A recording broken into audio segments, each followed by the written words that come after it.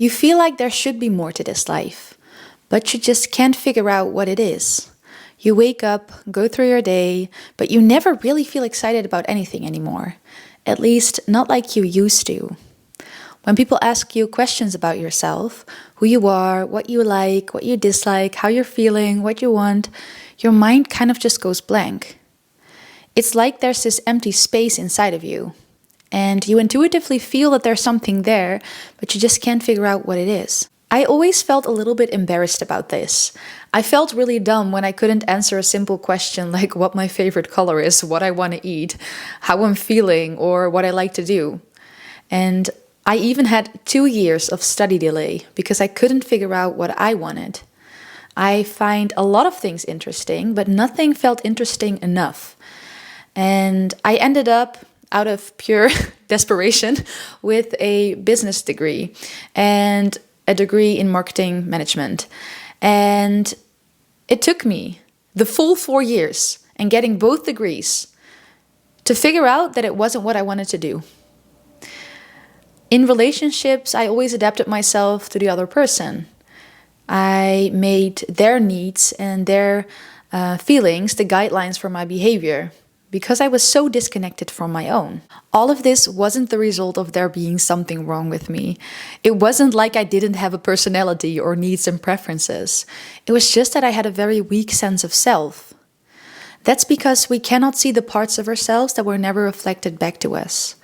We literally need other people to act as mirrors so we can get a clear image of ourselves. Just imagine actual mirrors didn't exist.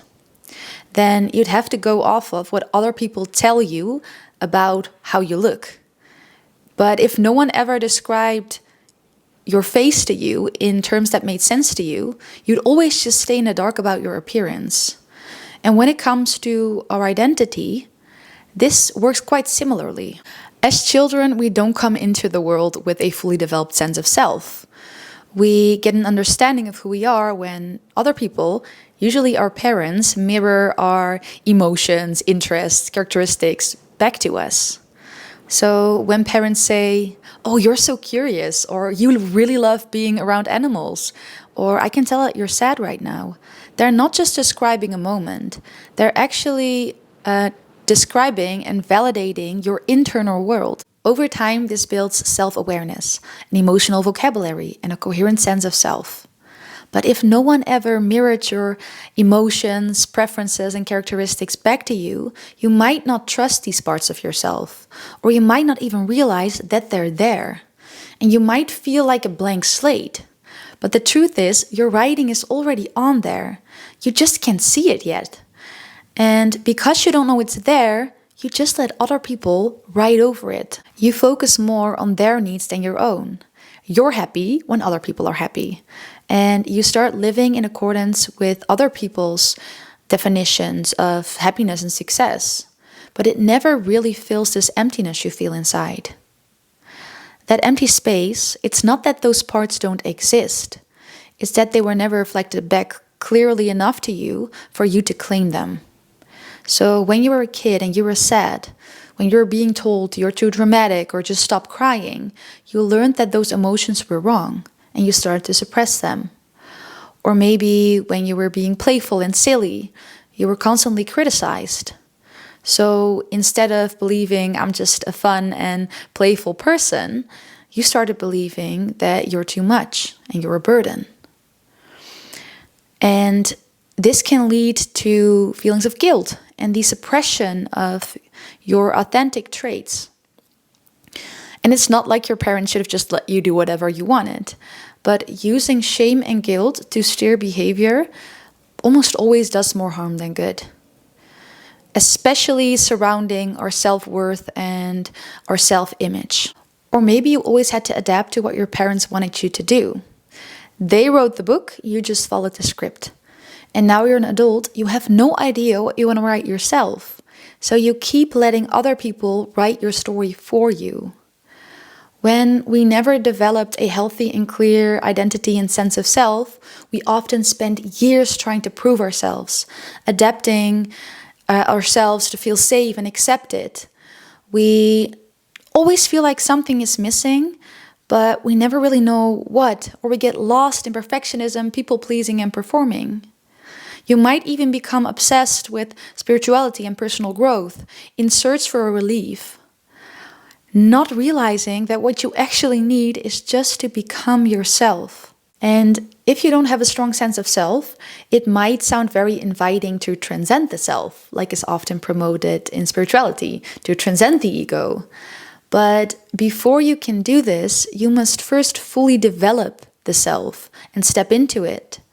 Because if you try to transcend the self before having a strong sense of self, you're just gonna feel empty. So if you clicked on this video and you're still here, you probably don't really know who you are right now, what you want right now. Your identity might feel a bit fuzzy and fragmented. Just know that it's never too late to start developing a strong sense of self. And I would highly encourage you to, because having a strong sense of self can really act as an internal compass that helps you make choices that are in line with your true needs and values. Having a clear sense of self also makes relationships feel more safe and authentic. Because without it, we often over-adapt. We lose ourselves in other people, or we feel dependent on others to define our worth.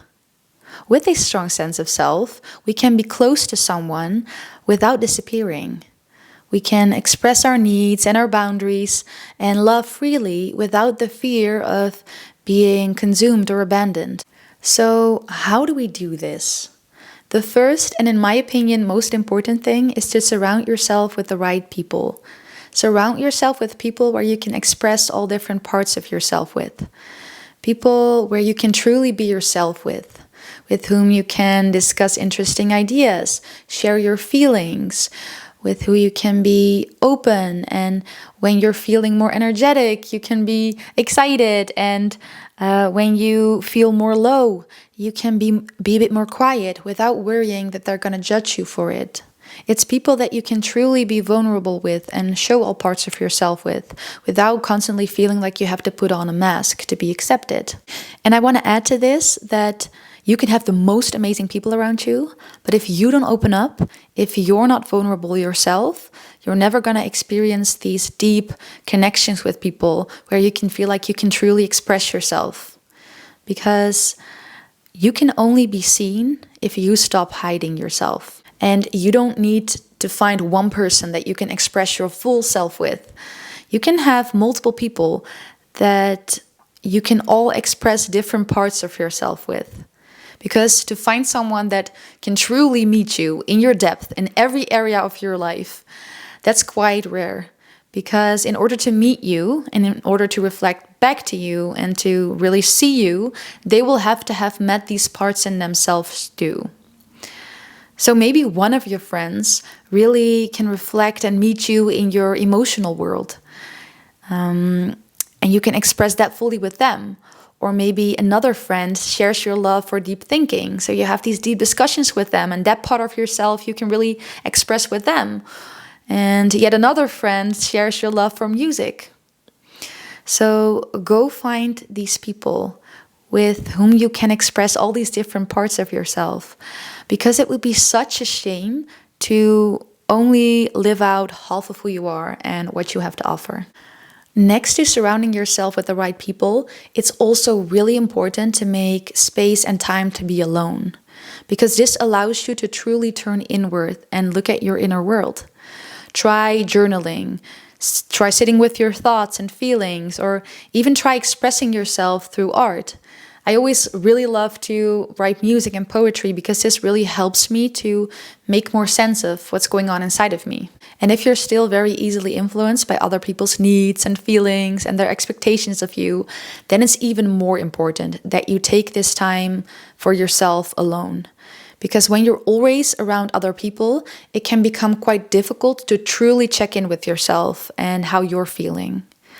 And in this case, it can also be very beneficial to try out stuff alone, try out new things alone, start discovering yourself and start mapping yourself. So what do you like? What don't you like? What really lights you up? What makes you excited? What makes you forget the time? There are also a lot of different tests that you can use to get a more clear image of yourself, like the Big Five personality test, Schwartz value test, the 16 personalities test, or the Enneagram test. And I've done all these tests myself, and I also really like to do them with my clients, especially the Big Five and the Schwartz value test, because these are also very well scientifically backed. And I will also link them below if you want to check them out for yourself. But it might feel a bit inflexible and suffocating to put yourself into one box. But if you can put yourself into multiple boxes, into many boxes, this can really help understand yourself better and get a more clear sense of yourself. These tests can also really help you where you stand in relation to other people. And if you're like many people, you might have a bit of a negative association with comparison. But comparison is actually very important and inevitable even in developing a strong sense of self and also just in making sense of the world. But it's important to realize that there is no right or wrong personality. There's your personality and there's places where you fit and where you don't. Your job isn't to mold or fix yourself so that you can fit in. Your job is to discover who you are and then find the places where you belong and where you are needed. And this idea sometimes gets a little bit of pushback, so I want to explore it a bit further. So say you score very high in neuroticism, which indicates that you have a lower emotional stability and probably experience more negative emotions. You'll probably think like this is a bad thing, I should fix this. But this is part of your personality. There is some room to improve it, probably, or to work with it, but not completely. So you want to look at what the benefits of this are. Maybe you're a really good artist because you really feel deeply and you're very passionate in what you do and in your relationships, or you're very good at risk assessment. So these are benefits that you can use that are unique to you, that with which you can bring unique value to the world. And then in moments where this is having a negative impact on your or other people's well-being, you can try to find tools for this. But suppressing it or acting like it's not there, like my emotions shouldn't be here, like this is wrong of me, is not going to help you because it's there. So use it where you can, it's part of you, and find ways to deal with it and to better support yourself when it's not helping you. There are many parts of me I struggled to understand, and I even felt wrong or ashamed for, until I learned they were just symptoms of ADHD. And learning this really helped me to understand and accept these parts in myself. And now I no longer feel ashamed or guilty for them. For some of these parts, all I needed to do was to just stop projecting them in myself. For others, I found tools to better support myself. But I would have never truly seen and being able to integrate these parts of me if I hadn't come across videos of other people on YouTube and other channels sharing their struggles and their experience with ADHD.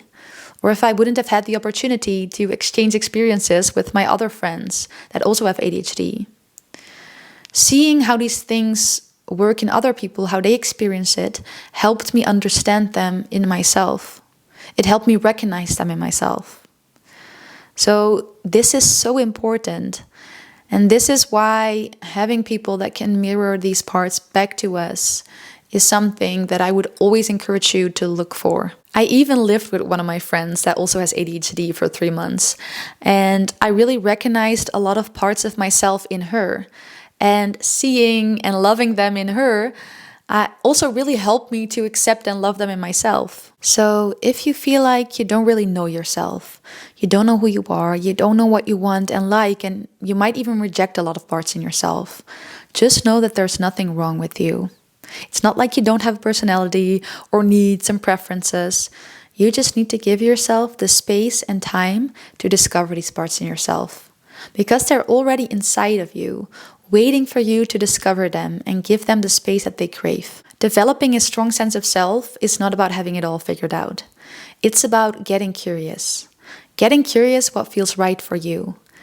Getting curious about what lights you up, what drains you, what feels good, what doesn't, what do you care about, what don't you care about. It's about giving these parts of yourself the attention they never got before. And over time, this builds clarity. And it builds a certain stability that doesn't disappear the moment someone else walks into your life. I truly believe that this is our life's purpose. It's not about fixing or improving ourselves. It's about becoming ourselves. Because you have unique value to offer the world. There has literally never been, and there will never be someone that looks at the world and that shows up in it in the exact same way that you do. So for the love of God, stop trying to fit yourself into other people's molds. Your true and unique self is needed somewhere, and you have your entire life to figure out where and with who that is. That's literally your one and only mission in life. And I can promise you, it will be the most fulfilling goal you can pursue.